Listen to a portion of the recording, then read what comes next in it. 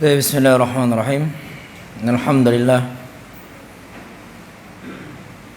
nahmaduhu wa nasta'inuhu wa nastaghfiruh wa na'udzu billahi min shururi anfusina wa min sayyiati a'malina.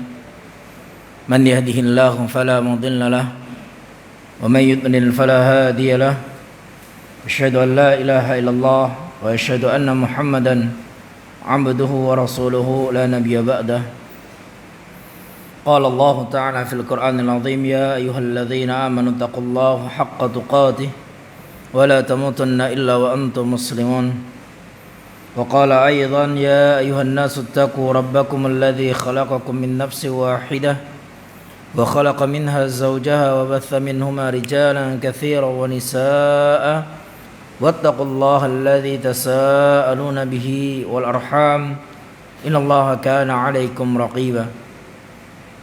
وقال أيضا يا أيها الذين آمنوا اتقوا الله وقولوا قولا سديدا يصلح لكم أعمالكم ويغفر لكم ذنوبكم ومن يطع الله ورسوله فقد فاز فوزا عظيما. أما بعد فإن أصدق الحديث كتاب الله وخير الهدي هدي محمد صلى الله عليه وسلم وشر الأمور محدثاتها فإن كل محدثة بدعة wa kullu bid'atin dhalalah wa kullu dhalalatin finnar. Ma'asyiral ikhwah wal akhwat rahimani wa rahimakumullah jami'an. Alhamdulillah, kita panjatkan puji syukur kepada Allah Subhanahu wa taala Rabbul alamin yang telah memberikan kepada kita limpahan kenikmatan sehingga pada malam hari ini kita bisa dikumpulkan dan dipertemukan oleh Allah Subhanahu wa taala di salah satu di antara rumah Allah Subhanahu wa taala yang mulia ini. Dan insyaallah dengan hanya meminta pertolongan kepada Allah Subhanahu wa taala kita akan memulai pembahasan baru, yaitu kitab Al-Fiqhul Muyassar fi Dhaw'il Kitab was Sunnah. Ya. Jadi kita akan mempelajari, membahas kitab tentang masalah fikih, yaitu fikih yang ringkas tapi cukup lengkap di dalamnya, yaitu kitab yang diberi judul Al-Fiqhul Muyassar fi Dhaw'il Kitabi wa Sunnah. Atau kita terjemahkan yaitu belajar fikih dengan mudah berdasarkan Al-Quran dan Sunnah Nabi Sallallahu Alaihi Wasallam.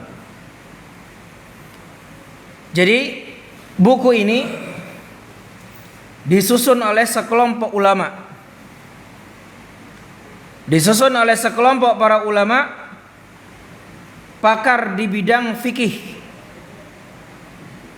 sebagaimana nanti akan kita sebutkan nama-nama para ulama tersebut.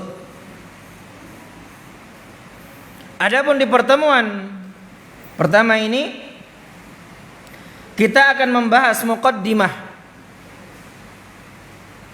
dan pengantar dalam mempelajari ilmu fikih. Dan di antara keistimewaan buku fikih Al-Muyassar fi Dhaw'il Kitab was Sunnah ini, di antaranya dia adalah diberikan rekomendasi dan diberikan oleh kata pengantar oleh Asy-Syaikh Al-Alamah Al-Faqih Shalih bin Abdul Aziz Al-Syekh hafizahullahu taala. Beliau adalah salah satu ulama besar di abad ini dan beliau juga pernah menjabat sebagai menteri agama di kerajaan Arab Saudi. Dan beliau hafizahullahu taala memberikan muqaddimah, pendahuluan terhadap buku ini ketika beliau masih menjabat sebagai menteri agama sekaligus sebagai pejabat pembina di percetakan yang mencetak buku ini.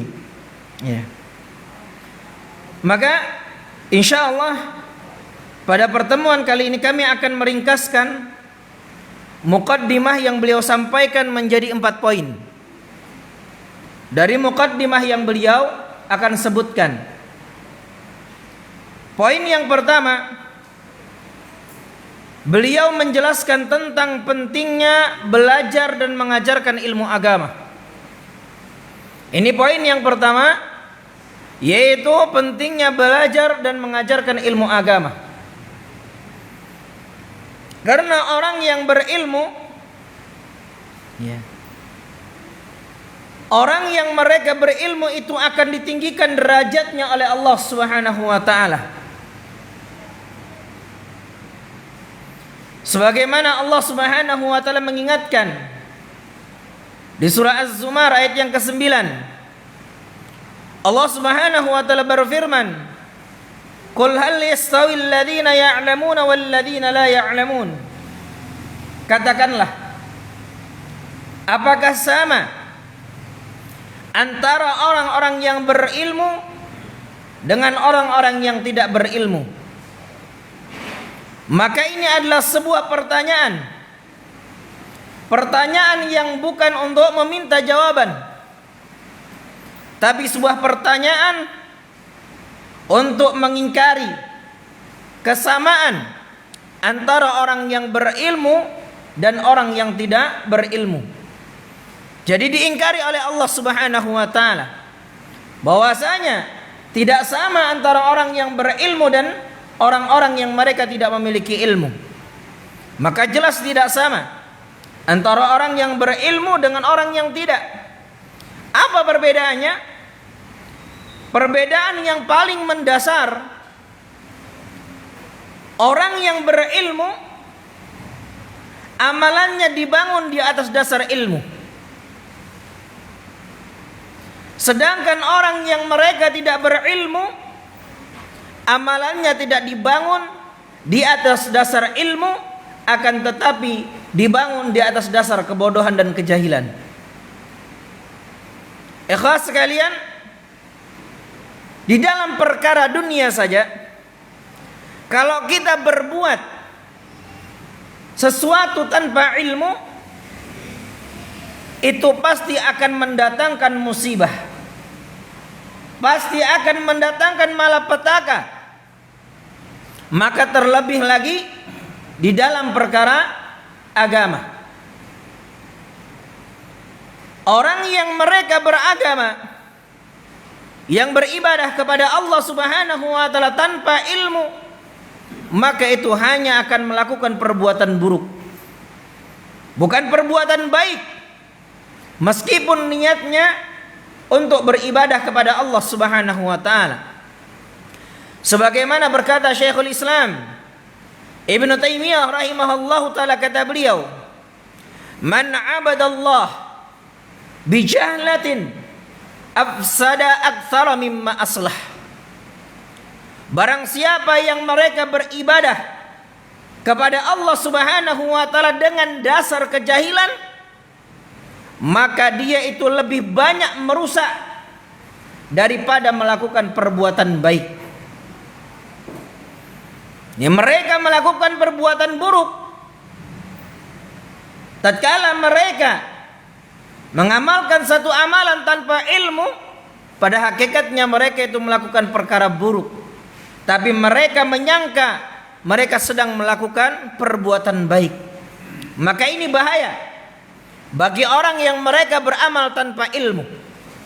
Bahkan Al-Imam Ibnul Qayyim rahimahullahu ta'ala, beliau juga mengatakan, kata beliau, "Al-jahlu aslu kulli syarr." Ya.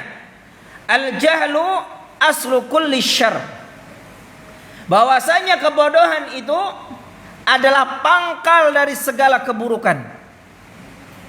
Maka disinilah ikhwana barakallahu fikum menunjukkan kepada kita betapa pentingnya ilmu, betapa pentingnya kita belajar ilmu. Agar apa? Agar supaya amal kita dibangun di atas dasar ilmu. Inilah yang membedakan orang yang berilmu dengan orang yang tidak memiliki ilmu. Yaitu mereka berdasarkan tatkala mereka beramal, mereka mendasari amalnya dengan ilmu. Begitu pula yang membedakan antara orang yang berilmu dengan orang yang tidak berilmu. Orang berilmu itu mereka harus mengamalkan ilmunya. Orang yang berilmu mereka harus mengamalkan ilmunya. Kalau orang yang mereka berilmu tapi mereka tidak mengamalkan ilmunya, dan orang yang tidak berilmu mereka juga tidak beramal, maka apa bedanya antara orang yang berilmu dengan orang yang tidak berilmu? Jadi kita, orang yang berilmu itu harus beramal, dan amalan kita harus dibangun di atas ilmu. Maka inilah yang membedakan orang yang berilmu dengan orang yang tidak berilmu. Maka betapa pentingnya permasalahan ini, ya Allah. Dan ini pula yang setiap hari kita meminta dan kita memohon kepada Allah Subhanahu wa taala di dalam doa-doa kita. Kita memanjatkan doa kita di dalam salat kita, ihdinas siratal mustaqim siratal ladzina an'amta 'alaihim ghairil maghdubi 'alaihim waladdallin. Ya Allah, tunjukilah kami jalanmu yang lurus, yaitu jalannya orang-orang yang Engkau berikan nikmat atas mereka, yaitu kepada para nabi dan para rasul dan orang-orang yang mengikuti mereka dengan baik, yaitu tidak lain nikmat ilmu dan amal saleh. Ghairil maghdubi alaihim waladdallin, dan bukan jalannya orang-orang yang Engkau murkai, dan bukan pula jalannya orang-orang yang sesat. Siapa mereka? Orang-orang yang sesat dan Allah murkai. Maka Rasul sallallahu alaihi wasallam menafsirkan sendiri, sebagaimana dalam hadis Adi bin Hatim radhiyallahu taala anhu yang diriwayatkan oleh Al-Imam Tirmidzi. Nabi sallallahu alaihi wasallam bersabda, "Al-maghdubu alaihim al-yahud wad-dhalin an-nasara." Orang-orang yang Allah murkai, kata Nabi, adalah Yahudi. Dan orang-orang yang tersesat, mereka adalah Nasrani. Maka para ulama mufassirin menjelaskan, orang-orang Yahudi itu dimurkai karena mereka memiliki ilmu, tapi mereka tidak mengamalkan ilmunya. Sedangkan orang-orang Nasrani dikatakan sesat oleh Allah Subhanahu wa taala karena mereka beramal tanpa dasar ilmu. Jadi subhanallah, inilah yang kita selalu memohon perlindungan kepada Allah Subhanahu wa taala setiap hari di dalam salat kita, agar supaya kita tidak termasuk di dalam golongan orang-orang yang memiliki ilmu tapi tidak mengamalkannya. Dan juga agar kita jangan termasuk kepada golongan orang-orang yang beramal tanpa ilmu. Dan kita memohon kepada Allah Subhanahu wa taala agar kita termasuk dalam golongan yang berilmu dan beramal. Maka itulah golongannya para nabi dan rasul dan para sahabat Nabi sallallahu alaihi wasallam dan orang-orang yang mengikuti mereka dengan baik sampai hari kiamat. Maka sampai sini tidak sama antara orang yang berilmu dengan orang yang tidak berilmu. Lalu kemudian Syekh juga menyebutkan sebuah hadis yang diriwayatkan oleh Al-Imam Al-Bukhari dan juga Imam Muslim dari sahabat Muawiyah radhiyallahu taala anhuma, bahwasanya Nabi sallallahu alaihi wasallam beliau bersabda, "Man yuridillahu bihi khairan yufaqihu fid din." Barang siapa yang Allah Subhanahu wa taala kehendaki kebaikan pada dirinya, yufaqihu fid din, maka Allah Subhanahu wa taala akan pahamkan dia terhadap perkara agamanya. Maka ya ikhwas sekalian, andaikan satu hadis ini saja Andaikan satu hadis ini saja yang menjelaskan kepada kita tentang bagaimana keutamaan mempelajari ilmu agama Allah Subhanahu wa taala, maka ini sudah cukup untuk menjadi cambuk yang keras bagi kita untuk selalu semangat belajar ilmu agama. Karena hadis ini menunjukkan orang yang belajar ilmu agama dialah yang akan diberikan kebaikan oleh Allah Subhanahu wa taala. Jadi kalau kita belajar sedikit, maka sedikit pula kebaikan kita. Kalau kita tambah belajar, berarti apa? Bertambah pula kebaikan kita. Tapi kalau kita tidak belajar sama sekali, maka tidak ada sedikit pun kebaikan yang tersisa pada kita. Sebagaimana berkata Al-Hafidz Ibnu Hajar Al-Asqalani Asy-Syafi'i rahimahullahu ta'ala di dalam kitab Fathul Bari, ketika beliau menjelaskan hadits Nabi sallallahu alaihi wasallam yang kita bacakan tadi, wa mafhumul hadits anna man lam yatabaqahu fid din ay yata'allama qawaid al-Islam wa ma yattasilu biha min al-furu' faqad harimal khair. Mafhum hadis ini, kata beliau rahimahullah, barang siapa yang tidak melakukan tafaqquh fid din, barang siapa yang mereka tidak mempelajari agama, yaitu tidak mempelajari dasar-dasar Islam, tidak pula cabang-cabang yang terkait dengannya, maka sungguh dia telah diharamkan untuk meraih kebaikan di dalam perkara agama. Jadi, na'udzubillah, kalau seorang itu mereka tidak belajar sama sekali, maka dia tidak akan mendapatkan kebaikan sedikit pun. Maka ingat ikhwah, baik dan tidaknya kita di sisi Allah Subhanahu wa taala itu bergantung pada pemahaman kita terhadap perkara agama. Dan pemahaman agama itu tidak datang dengan sendirinya. Jadi tidak kucuk-kucuk ente bertapa tiba-tiba keluar jadi ustadz. Nih, tidak ada yang kayak gitu. Nih. Harus dengan belajar. Kalaupun ada, ya yang seperti itu paling jin. Nih, itu paling jin saja. Nih, karena saya pernah menjumpai orang seperti ini. Ya, beliau memberikan saya sebuah kitab. Ini kisah benar ini ya. Bukan ngarang-ngarang. Dia ngasih saya kitab Nahu. Kitab Nahu Jurumiyah. Iya. Beliau mendapatkannya, kata beliau, melalui bertapa. Betul, beliau bisa membaca kitab tersebut Arab semua, tapi beliau tidak bisa membaca kitab-kitab yang lainnya. Karena bisanya cuma itu toh. Dan ini nyata ya. Enggak bohong ini. Ada kitabnya di rumah. Ya, jadi hasil dia bertapa berapa bulan untuk bisa belajar ya bahasa Arab, ternyata dia cuma bisanya itu toh, nggak bisa yang lain. Ya. Intinya apa? Orang yang dia belajar ilmu agama itu memang harus melalui tahapan demi tahapan. Tidak mungkin instan. Ya, tidak mungkin instan. Sebagaimana dalam riwayat yang lain Nabi Shallallahu Alaihi Wasallam juga menegaskan, innamal ilmu bita'allum wal fiqhu bittafaqquh.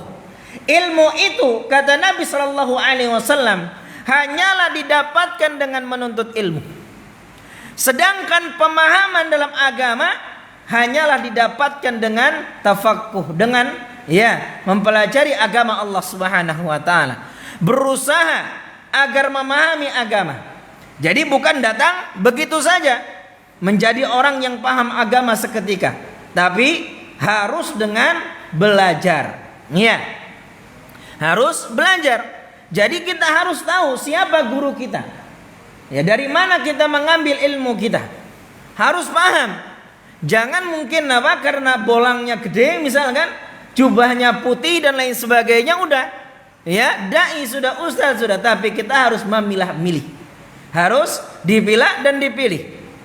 Nah, jadi Allah Subhanahu wa taala tidak akan menyia-nyiakan usaha kita di dalam belajar, ya. Semakin keras kita berusaha, maka insya Allah semakin besar pula anugerah ilmu yang akan Allah Subhanahu wa taala berikan kepada kita. Sebagaimana janji Allah Subhanahu wa taala, Allah Subhanahu wa taala berfirman, "Walladzina jahadu fina lanahdiyannahum subulana." Dan orang-orang yang mereka bersungguh-sungguh di jalan kami, maka benar-benar akan kami tunjukkan kepada mereka jalan-jalan kami, yaitu jalan-jalan kebaikan dan jalan menuju surga. Sebagaimana di dalam hadis yang diriwayatkan oleh Imam Muslim dari sahabat yang mulia Abu Hurairah radhiyallahu taala anhu, Nabi sallallahu alaihi wasallam bersabda, "Man salaka tariqan yaltamisu fihi ilman, sahalallahu lahu bihi tariqan ilal jannah." Barang siapa yang dia menempuh suatu jalan untuk belajar ilmu agama, maka Allah akan mudahkan baginya jalan menuju surga Allah Subhanahu wa taala.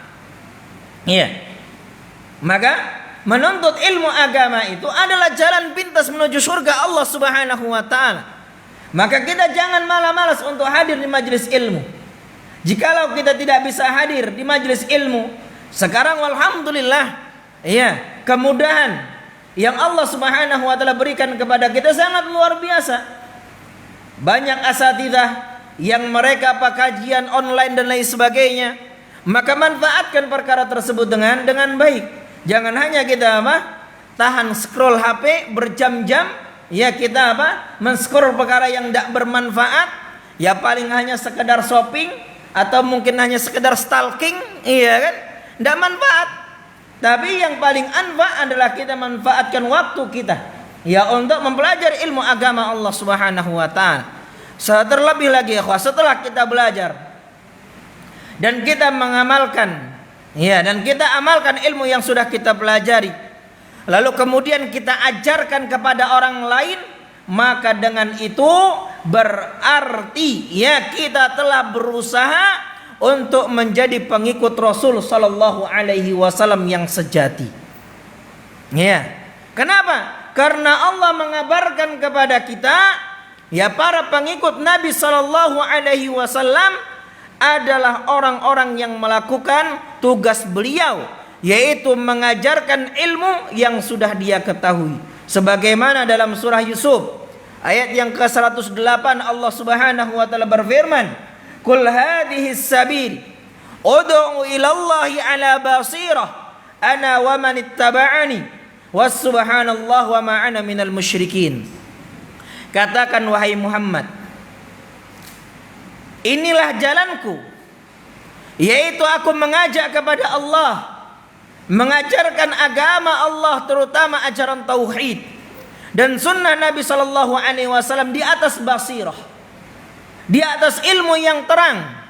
Aku dan orang-orang yang mengikuti aku juga mengajak kepada Allah di atas basirah, dan maha suci Allah, dan aku tidak termasuk orang-orang yang mempersekutukannya. Maka perhatikan ayat yang mulia ini.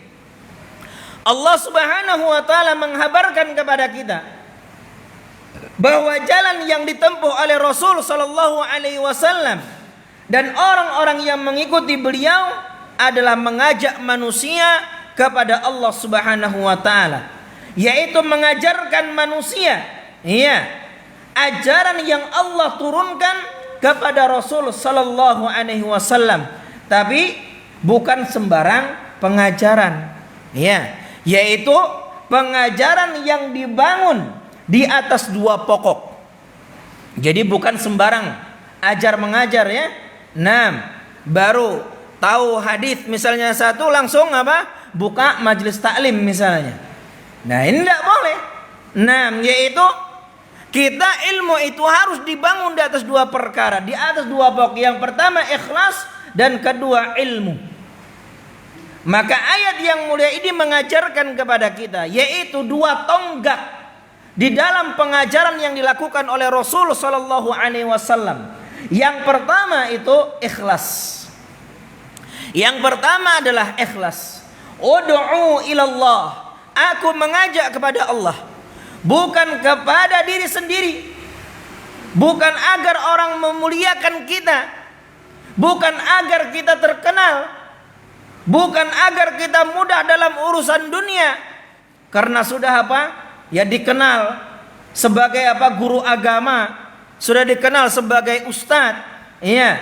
Maka apa? Sebagian mungkin, oh enak jadi ustadz ya, kemana-mana dimudahkan orang. Itu bukan dari tujuan, ikhwan barakallahu fikum, bukan tujuan, iya. Tapi semata-mata hanya kepada Allah Subhanahu wa taala, ikhlas karena Allah Subhanahu wa taala. Maka ini tonggak yang pertama, yaitu ikhlas kepada Allah Subhanahu wa taala. Kemudian tonggak yang kedua ala basirah, yaitu dibangun di atas ilmu yang terang. Maka inilah pentingnya kita menuntut ilmu. Dakwah yang mengikuti petunjuk Nabi Shallallahu Alaihi Wasallam adalah dakwah yang dibangun di atas dasar ilmu. Maka betapa banyak orang yang mereka berdakwah, tapi hasilnya apa? Mereka tidak membuat perbaikan, malah merusak. Ya. Malah merusak. Dari arah mereka, ya mereka mengira mereka melakukan apa? Perbaikan. Karena mereka tidak memiliki ilmu. Ya, asal modal semangat saja. Ya semangat. Ya modal semangat gak cukup. Tapi harus didasari dengan apa? Ilmu. Ini berbahaya sekali. Ada orang-orang yang mereka melakukan kerusakan. Mereka menyesatkan umat. Tapi mereka mengira mereka memberikan pencerahan untuk manusia. Ya contoh kecil lah. Orang-orang yang mereka senang memberontak kepada pemimpinnya. Iya, mereka menyangka melakukan apa? Perubahan. Mereka menyangka dengan apa? Mereka memberontak kepada pemimpinnya adalah apa? Suatu perubahan dan lain sebagainya, tapi hakikatnya adalah perusakan. Iya. Kenapa? Karena tidak didasari dengan ilmu. Mereka mengira mereka berjihad, akan tetapi mereka apa? Ternyata apa? Menjerumuskan manusia ke dalam jurang kesesatan. Ini kenapa ya Pak? Karena mereka tidak memiliki ilmu. Karena dakwah tidak berdasarkan ilmu, percuma saja punya semangat tinggi ya dalam berdakwah tapi tidak berdasarkan ilmu. Itu bukan dakwah namanya. Yang dilakukan oleh Rasul dan para sahabat itu hanyalah yaitu ilmu ya dakwah yang didasari dengan ilmu yang benar. Dan kita mengetahui pula bahwasanya hidup kita ini sangat-sangat singkat sekali. Dan kesempatan untuk berbekal pun sangat singkat. Sementara perjalanan hidup ini apa? Setelah mati adalah perjalanan yang sangat panjang. Maka akan sia-sia kalau kehidupan yang singkat ini, kalau kita tidak beramal tanpa ilmu, atau kita tidak memiliki bekal yang cukup untuk perjalanan setelah kematian. Walaupun hidup kita singkat, tapi Allah Subhanahu wa taala yang Maha Penyayang memberikan kepada kita kesempatan untuk mendapatkan pahala yang melimpah, pahala yang akan terus mengalir walaupun kita sudah mati. Maka diantaranya adalah apa? Ilmu yang bermanfaat. Maka ilmu yang bermanfaat ini akan senantiasa mengalir pahalanya meskipun kita telah meninggal. Sebagaimana dalam sebuah hadis yang masyhur, Nabi sallallahu alaihi wasallam beliau bersabda, "Idza mata ibnu Adam inqata'a amaluhu." Maka jikalau mati anak Adam itu maka akan terputus amalannya. Illa min thalathin, kecuali 3 perkara. Yang pertama apa? Shadaqatun jariyah. Yang pertama sedekah jariyah. Yang kedua ilmu yang bermanfaat. Yang ketiga anak soleh yang mendoakan kebaikan untuknya. Ya, maka ini amalan yang senantiasa mengalir. Maka jangan disia-siakan. Umur kita, ya sisa umur kita yang Allah Subhanahu wa taala berikan ini kita berikan, ya porsinya dengan perkara-perkara yang bermanfaat. Dengan mempelajari ilmu-ilmu yang berdasarkan Al-Quran dan Sunnah Nabi Sallallahu Alaihi Wasallam, sehingga ilmu itu pun dan amal kita pun diterima oleh Allah Subhanahu Wa Taala. Maka ketiga hal ini semuanya kembali kepada ilmu. Bagaimana kita bisa sedekah jariyah dengan benar? Nah, bagaimana kita bisa bersedekah? Ya, ilmu yang mengajarkan kepada kita. Lalu bagaimana ilmu kita bisa bermanfaat? Ilmu yang mengajarkan kepada kita. Bagaimana cara kita mendidik anak yang saleh? Ilmu yang mengajarkan kepada kita. Karena betapa banyak orang tua yang mereka mendidik anaknya terhadap perkara-perkara yang buruk. Banyak orang-orang tua yang menyesatkan anaknya karena tidak punya ilmu. Karena mereka tidak memiliki dasar ilmu di dalam mendidik anak-anak mereka. Sehingga menjadilah mereka menyesatkan anak-anaknya. Jadi subhanallah, dengan ilmu itu kita bisa meraih pahala yang terus mengalir. Dengan ilmu itu kita bisa meraih pahala yang terus mengalir walaupun kita telah pergi meninggalkan kehidupan dunia ini. Dan juga dalam hadits yang masyhur yang diriwayatkan oleh Imam Muslim dari Abu Hurairah radhiyallahu taala anhu, kata Nabi sallallahu alaihi wasallam, "Man da'a ila hudan kana lahu minal ajr mithlu ujuri man tabi'ahu la yanqusu dzalika min ujurihim syai'an," kata Nabi sallallahu alaihi wasallam. Barang siapa yang mengajak kepada hidayah, mengajarkan satu kebaikan, maka dia akan mendapatkan pahala orang-orang yang mengikutinya tanpa mengurangi pahala mereka sedikit pun. Jadi ini diantara keutamaan mengajarkan ilmu agama. Jadi kita sebagai orang tua mungkin kan yang sudah memiliki anak atau yang sedang pengen punya anak atau yang nanti kalau punya anak, diingat-ingat kalau bisa kita yang mengajarkan ilmu kepada mereka, kita yang mengenalkan agama kepada mereka, kalau bisa kita yang mengajarkan surah Al-Fatihah kepada mereka, supaya mengalir terus pahalanya. Karena dipakai untuk sholat untuk mereka. Kita mendapatkan pahalanya setiap saat. Jangan dikit-dikit udahlah sekolahnya aja yang ngurusin ya. Kita nggak peduli sudah. Yang penting anak taruh sekolah Imam Syafi'i, gurunya tanggung jawab. Kalau anaknya nggak paham, gurunya disalahkan. Kalau anaknya ini gurunya, harusnya di dalam pendidikan itu orang tua pun juga bertanggung jawab. Jangan separuh-separuh, gurunya separuh, muridnya orang tua separuh salah. Orang tua itu harus 100% di dalam mendidik anak. Jangan pakai alasan gak ada waktu. Harus ada waktu untuk anak-anak. Harus punya waktu untuk anak-anaknya. Ustadz, saya belum bisa ngaji, Ustadz. Di Imam Syafi'i ada guru ngaji disiapkan kan. Dari jam 7 sampai jam 12. Loh, nggak ada hujah lagi antum. Kan? Nggak ada hujah lagi. Kita sudah siapkan free, bebas tanpa mungut biaya. Tanpa dipungut biaya kita siapkan gitu loh. Bagi siapa saja kaum muslimin yang mereka ingin memperbaiki bacaan tajwidnya, bacaan Al-Qur'annya, silakan hadir di Masjid Imam Syafi'i. Waktunya jam 7 sampai jam 12. Iku pun yang hadir ku syete epowal kan. Tapi kalau enggak ada, Ustaz, jaluk Ustaz. Ustaznya diminta-minta untuk sekarang diadakan yoga, ada juga podo kan. Padahal kita sudah siapkan nih gratis tanpa dipungut biaya. Tinggal datang, pasang badan udah siap sudah. Enggak ada lagi pokoknya. Sudah disiapkan, Ustaz Dimas sudah standby di sini. Dari jam 7 sampai jam 12 manfaatkan Jadi enggak ada alasan lagi. Oh, saya tua. Tua bukan ukuran kan. Al-Imam Abu Hanifah itu beliau belajar ilmu agama itu umur berapa? Umur di usia 45 tahun. Bukan usia yang muda lagi dalam belajar. Tapi mereka mau belajar ilmu agama, mau memperbaiki diri, Allah Subhanahu wa taala berikan kemudahan.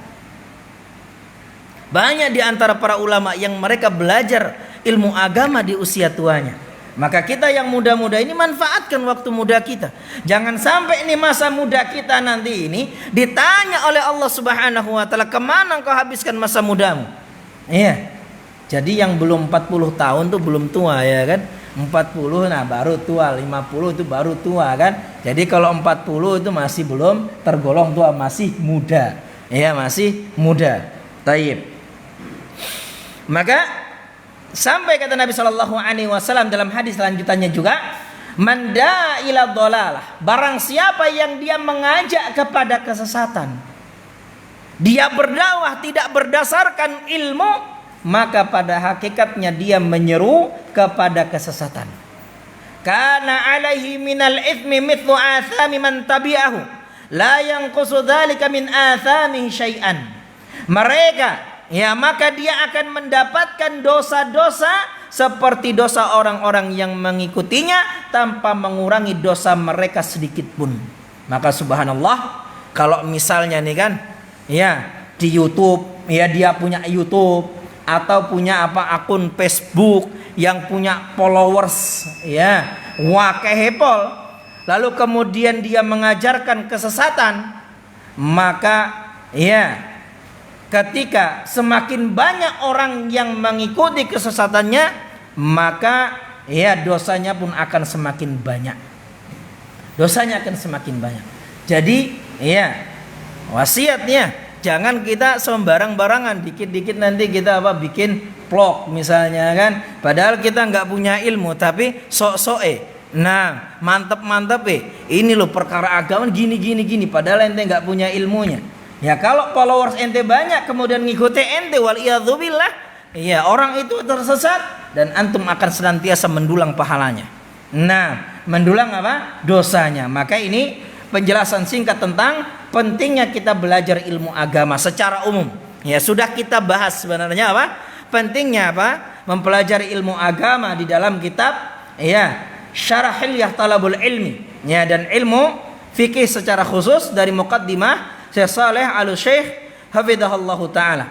Jadi insyaallah kita akan membahas kitab Al-Fiqhul Muyassar fi Dhau'il Kitabi was Sunnah, menggantikan kitab Ad-Da'wa wad-Dawa. Karena kitab Ad-Da'wa wad-Dawa itu sudah sampai terakhir pembahasan kita terkait dengan dampak-dampak buruk dari maksiat kepada Allah Subhanahu wa taala. Adapun sisa pembahasan di bab berikutnya adalah terkait dengan masalah syirik dan sebagainya, terkait dengan perkara akidah, maka kita fokuskan kepada Lum'atul I'tiqad. Adapun terkait dengan akhlak dan sebagainya kita cukupkan dengan kitab Hilyah Talabul Ilmi, dan insyaallah kita akan melanjutkan setiap malam Ahad dengan kitab Fikih Muyassar ini. Insyaallah kita akan mempelajari kitab fikih dari bab awal kitab bab Thaharah, dari masalah air sampai nanti bab masalah jual beli, dan insyaallah selanjutnya mudah-mudahan Allah Subhanahu wa taala memberikan kemudahan untuk kita mempelajarinya, dan mudah-mudahan Allah Subhanahu wa taala senantiasa memberikan kesehatan kepada kita agar kita senantiasa bisa